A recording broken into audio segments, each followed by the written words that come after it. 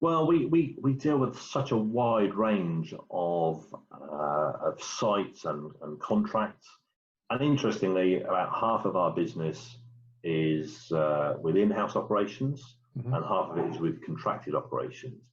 In-house tends to be those in higher education, so universities Hmm. and the NHS in particular. The NHS goes through cycles, and it is going through and really has sort of finished this cycle of a lot of services now being brought back in-house. Yeah. So yeah, it's really, I mean, we have a huge amount of data, and it's really interesting to see the variations in sectors and in-house delivery and even contracted delivery. And probably one of the questions when we start talking about in-house and contracted provision, and people usually come back and say, well, which is best? And it's a question that I love, really, because how do you measure best? Shall I give you my answer? Yes, go on. What's your So answer? my answer to that is it depends on the budget, because if you've got your own in-house team right now and you want to outsource and you're not going to increase the budget, you can't expect, I don't think, any particular improvement, because you're bringing in a layer of management and profit, because people need to make a profit, and therefore what can you expect? So that's what I would say. Okay, but that is often offset by the fact that when you bring in a specialist, they are specialists. Mm.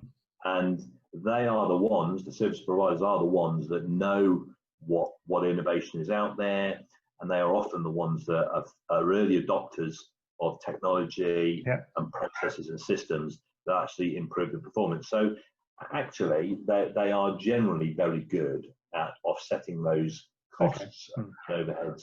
And often those are costs and overheads that a customer doesn't realise they've got anyway. So if you imagine an in-house operation at a university, they could have 300 cleaners at a university, and you suddenly outsource that, and you pay for an element of management charge for managing those staff, and that's what their central overhead is.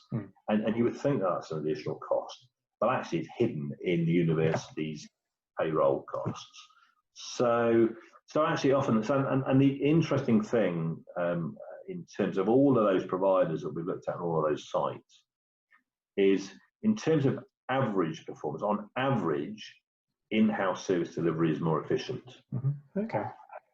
However, when you talk about best in class, we found that the performance level is much greater with contracted service delivery. So the best sites that we've seen have been contracted. Yeah. And actually the worst sites that we've seen have been contracted. Right, yeah. So you could say what is best. Well, if we're talking about average figures, we'd say on average in-house is better.